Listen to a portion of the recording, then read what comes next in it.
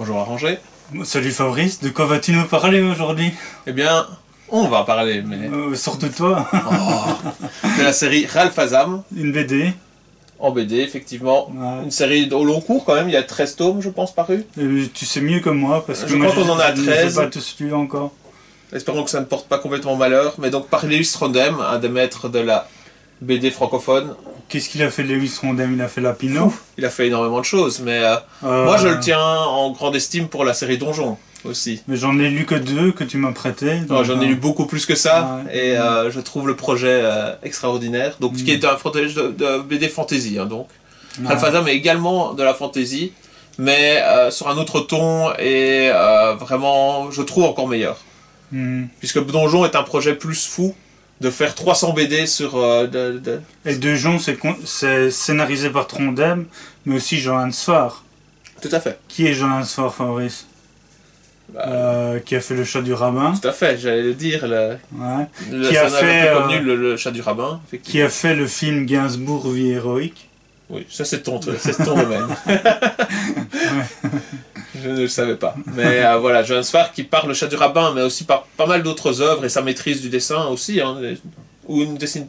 Oui, il ne fait pas que faire des scénarios, hein, Johannes Farr. Où il trouve toujours un dessinateur pour être dedans. Non, Le Chat du Rabbin, il a dessiné lui-même. Voilà, il me semblait bien. C'est très beau, quoi, quand même, aussi sur le dessin. Donc, non, il est même dans Donjon, je pense qu'il dessine aussi dans quelques albums. Ouais. Et il a dessiné aussi, je n'ai lu que le premier album, Petit Vampire. Oui. Qu'il a dessiné lui-même. Oui, ou Petit Vampire qui est plus pour un public plus jeune. Hein. Ouais, mais je trouvais qu'il y avait quand même des trucs...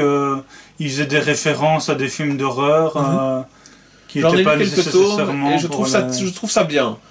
Disons que ça m'intéresse pas au premier plan, mais je le trouve intéressant. Ouais. Ok. Et voilà. Donc, Lewis Trondheim qui a sa propre maison d'édition également, en fait. C'est pas seulement pour son dessin ou pour ses scénarios qu'il est connu, c'est parce qu'il y a toute une bande. Il a fait... C'est les Requins-Marteaux, c'est ça ou non? L'association. L'association, c'est ça. Donc, à un moment donné, il a eu assez de connexions et sans doute aussi d'argent pour se lancer dans la maison d'édition, qui a été une grande réussite, en fait, mais de pouvoir lancer des nouveaux auteurs, mais c'est aussi des collaborations entre des auteurs qui trouvaient prometteurs, intéressants, et pouvoir travailler donc dans ses locaux, quoi, et publier par sa maison d'édition, donc Lewis Trondheim. Est-ce que c'est lui qui est vraiment le propriétaire, tu penses? Je sais qu'il est pas tout seul, mais c'est Jean-Claude Monu qui a créé l'association, si je ne me trompe pas. Mais j'ai l'impression quand même que t'as sans doute raison, en fait. Ouais. Mais je pense que sans Lewis Trondheim, ça n'existe pas, quoi. Que c'est son projet malgré tout sur le... Pas sûr. Ok, moi je peux me tromper, mais moi j'ai vraiment l'impression que c'est lui le moteur de... Pour l'association, il avait fait une BD autobiographique qui s'appelle Approximativement, que moi je vais plutôt apprécier. Tu l'as lu? Des parties, je pense. Mais oui. Il me semble que je te l'ai prêté. Mais... Oui, c'est ça. Ouais. Mais je peux pas, je me rappelle plus si je l'ai lu en entier ou non. Oui, et je voulais te poser une question. À part pour quand il ne fait que le scénario, par exemple pour Spirou, qui est pas ce qu'il a fait de mieux, quand il dessine lui-même, c'est toujours des animaux. C'est ça, c'est animaux anthropomorphisés. Ouais, et il était fan de Karl Barks, je pense, qui a fait Picsou.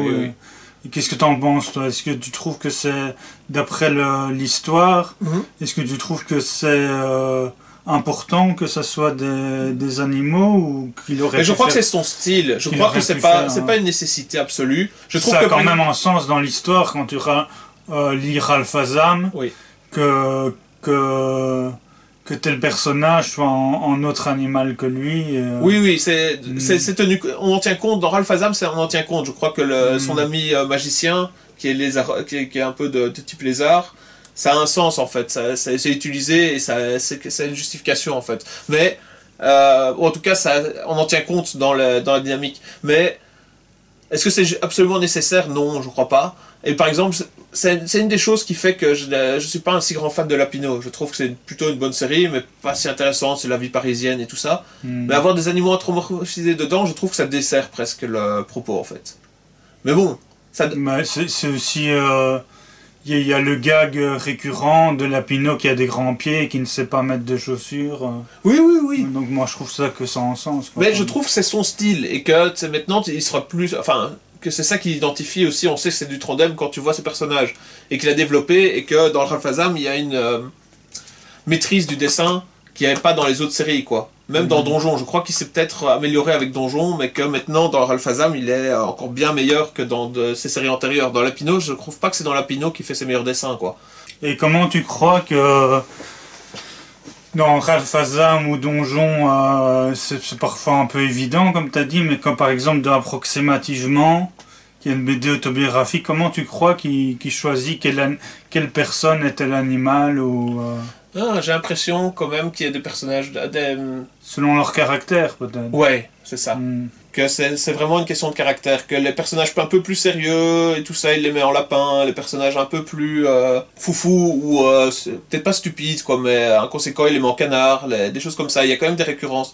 Et donc ces personnages principaux sont quand même souvent des canards. Hein, Dans Donjon, c'est le cas, le personnage principal qui est au début très naïf, un peu un incapable et tout ça, ce qui est un peu un truc récurrent chez Trondheim, est un canard, quoi. C'est pas pour rien, je pense. Donc je crois qu'il y a une sorte de... par exemple, dans Donjon, les chiens sont plus sérieux, quoi. Ils sont très peu imaginatifs, mais très sérieux, souvent militaires et tout ça. C'est volontaire, quoi. Il y a un côté, je pense, d'attribution selon certaines caractéristiques, selon lui, hein, dans son univers, de qualité ou défaut qu'il mettrait à chaque animal et qu'il attribue ça de façon peut-être pas automatique mais de façon appropriée selon le personnage qu'il veut créer, quoi.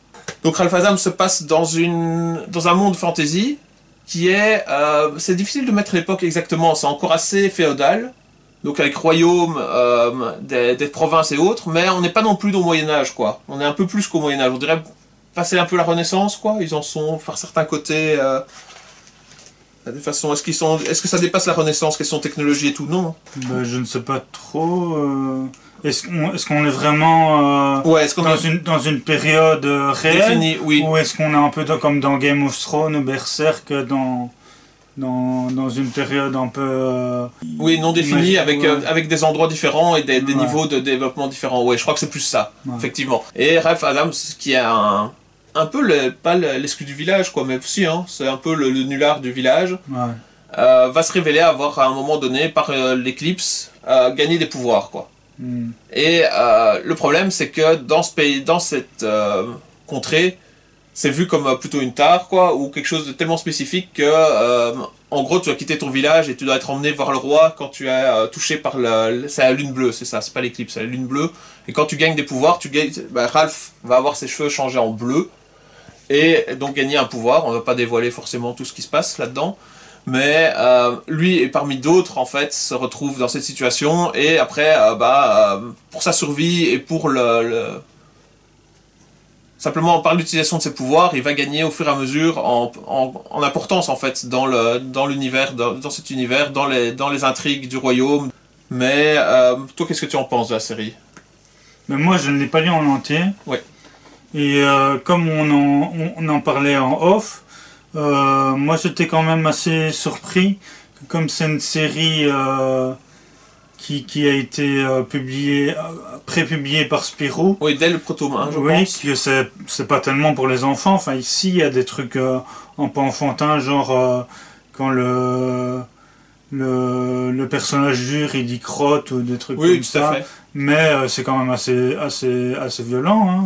Mais c'est non seulement violent, mais les thèmes évoluent, comme je le disais, au fur et à mesure, et ça devient de plus en plus dur. Donc, et c'est là, en fait, où peut-être le côté anthropomorphique des personnages et le style de Lewis Rodem, qui est très enfantin, est presque trompeur et va compliquer les choses là-dessus, quoi, puisque par le style de dessin, on dirait pas, mais... peut-être moins ici, puisque justement le dessin est de plus en plus élaboré, mais les thèmes sont très vite tracés matures, quoi. C'est pas du tout destiné aux enfants, en fait, dans ce que ça implique. Moi, je mettrais la série comme chef-d'œuvre, quoi, de Lewis Rodem et de chef-d'œuvre moderne de la bande dessinée, quoi. Comparé à ses œuvres précédentes, j'ai l'impression que c'est plus sérieux, quoi. Que c'est plus sérieux que Enfin non, c'est difficile à dire. Lapino n'est pas que d'humour ou parle aussi de la vie réelle ou. Ou Donjon, ça dépend en fait des tomes. Donjon, en tout cas dans les albums que tu m'avais prêtés, t'es un peu trash quand même, hein, des histoires de cannibalisme. Ah, c'est vrai. Et toi, tu les as lus jusqu'à quel tome? Mais je ne sais plus, parce qu'en fait, j'avais lu plusieurs tomes il y a longtemps, pas jusqu'au bout. Et là, je suis retourné à la bibliothèque il n'y a pas longtemps et j'ai recommencé depuis le premier. Là, je suis au 3e. Ouais. Donc, et t'as l'impression qu'il y avait beaucoup de choses que t'avais oubliées? Bah, quand même, ouais. Mais je me souvenais de l'ambiance, mais pas trop des histoires. C'est ça. Il fait d'autres BD à part Rafazam. Hein. Il me semble qu'il y a. Donc, il continue les nouvelles aventures de Lapino, puisque Lapino, dans les premières aventures, est mort. Ouais. Donc, il l'a fait revivre un peu comme Sherlock Holmes. Il y a aussi une série de science-fiction où il ne fait que le scénario qui s'appelle Infinity 8, je pense. Oui. Je sais pas si tu connais. Non, pas du tout. Ben, c'est une série de science-fiction, il ne fait que le scénario en fait. Ok. Mais je crois que ça a toujours été quelqu'un qui avait plusieurs projets conjoints. Il fait plusieurs trucs. Ouais. Donc que ce soit au scénario ou pour faire avancer d'autres séries d'autres personnes ou pour intervenir dedans. Enfin, mais qui a toujours été fourmillant d'idées, quoi. Mais que ici, bon, bah. Moi, ce que je préfère, malgré tout, parmi toutes ces œuvres, c'est Ralph Azam. Je trouve ça dommage. Je trouverais dommage qu'il ne soit pas fini, mais ça m'a l'air compromis, quoi. Mais ce qui... c'est un petit détail. Oui. En fait, il note pas de la page 1 à 46 ou 48. Il note... il continue, par exemple, le premier tome est jusqu'à 48 pages.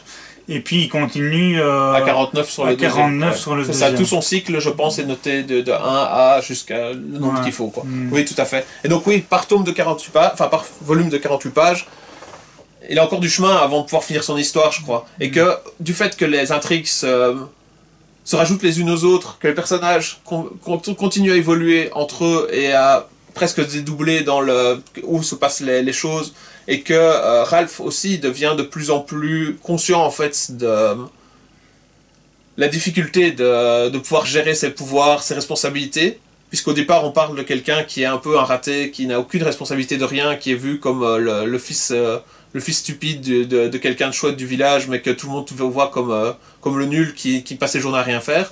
Eh ben, au fur et à mesure, c'est l'inverse qui se produit, quoi. Il a des gens qui dépendent de lui. Limite, l'avenir du monde peut changer selon ses actions. Le personnage prend ça au sérieux et forcément l'histoire est prise au sérieux aussi, encore plus, et aussi ça rend difficile de faire évoluer le scénario puisqu'il se retrouve face à des dilemmes et face à des ennemis qui se multiplient, mais qui aussi la résolution devient de plus en plus difficile là-dedans. Donc ça donne cette impression que dans les 6 premiers tomes, l'histoire est avance assez vite. Donc toi tu l'as lu jusqu'au 13, tu penses? Non, ça je suis sûr. Est-ce que... je t'ai déjà posé plus ou moins la question tout à l'heure, mais tu conseillerais Ralph Azam à partir de quel âge? Je dirais que soit préadolescent, soit adolescent, on peut la lire. Si on veut comprendre vraiment l'histoire, mais ça reste du Trondheim, donc Trondheim n'est pas non plus quelqu'un qui va casser la tête avec à trop complexifier les choses, mais par contre, si on veut vraiment aborder tous les thèmes, je pense qu'il faut être... c'est pas avant adolescent. Mais que du fait du style de dessin et du fait que Trondheim est quand même un bon scénariste dans le sens... ces histoires sont assez simples dans la façon dont elle les traite. Je crois qu'on peut au moins commencer à la lire en préadolescent, dès 10 ans, 11 ans.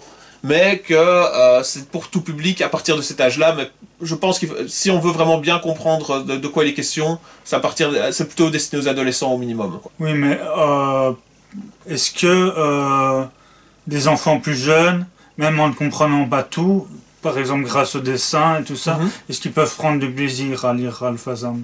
Oui, mais je crois que ça va passer au-dessus de leur tête et que le thème est peut-être...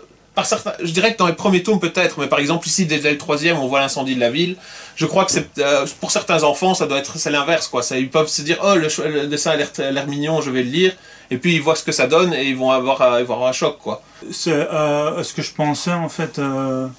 On en a déjà parlé un peu. Par exemple la série animée South Park. Moi je connais plein de gens leurs enfants, même tout petits, regardent déjà South Park, alors Oui. c'est sûr qu'ils comprennent pas tout, et pourtant... Non seulement ils comprennent partout, mais être exposé à la vulgarité de South Park jeune n'est peut-être pas idéal non plus, quoi.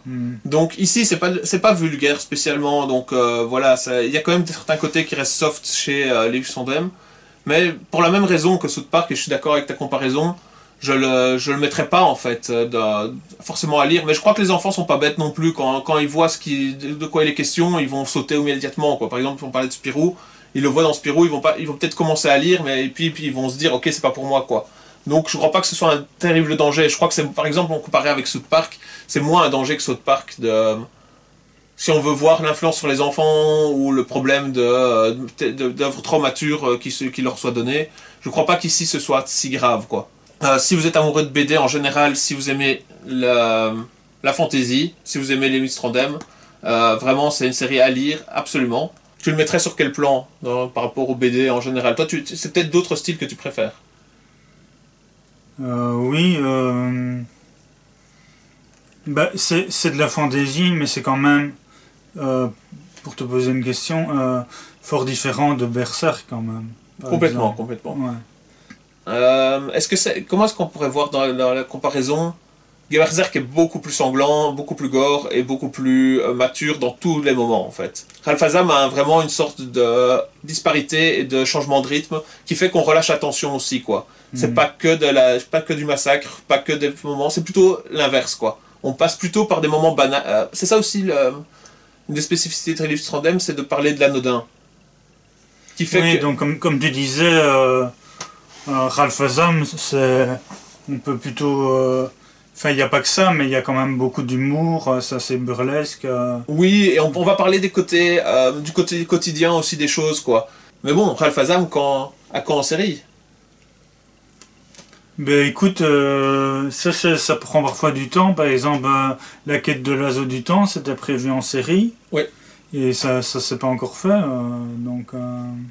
Mais c'est pas simple, hein, non plus.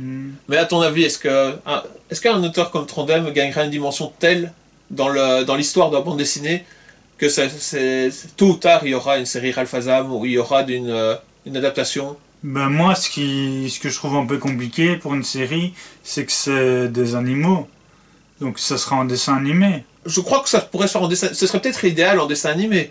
Mais je crois que, comme je l'ai dit au début, je crois pas que c'est si indispensable. Tu pourrais faire une série avec des humains de Ralphazam. Moi je trouve que ça perdrait quelque chose, mais bon... Ah, tu es dur. Ouais.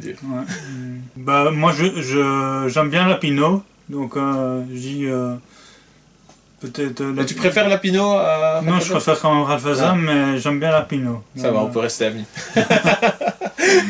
Non, Lapino était une bonne lecture également. Et en fait, je crois qu'il y a, à part peut-être l'adaptation de Spirou, tout ce qu'a fait lui qui dessine. Oui, mais tout ce qu'a fait Leaves Strandem en général, comme scénario ou comme BD, est à lire. J'aime un peu moins les Cosmonautes du futur, même si c'est pas mal, qu'il a fait avec Larsenet. Même s'il y a des acteurs... Et il y a aussi une série qui n'a pas scénarisé lui-même, mais que je trouve assez bonne, c'est Texas Cowboy, ou un truc comme ça, qui est en western, qui est dessiné par Mathieu Bonhomme. Mathieu Bonhomme, Esteban, et 2 épisodes réalistes de Lucky Luke, que toi tu n'as pas lu, mais que moi j'ai beaucoup aimé. Donc L'homme qui a tué Lucky Luke et Wanted Lucky Luke. Ok. Je pense que d'une façon générale, n'hésitez pas à aller lire les livres. C'est aussi de la saison. Non, ça c'est par Dupuis, la série Ralphazam, et tout ce qu'a fait Leaves Strandem par ailleurs. Merci Lérangé. Merci Fabrice.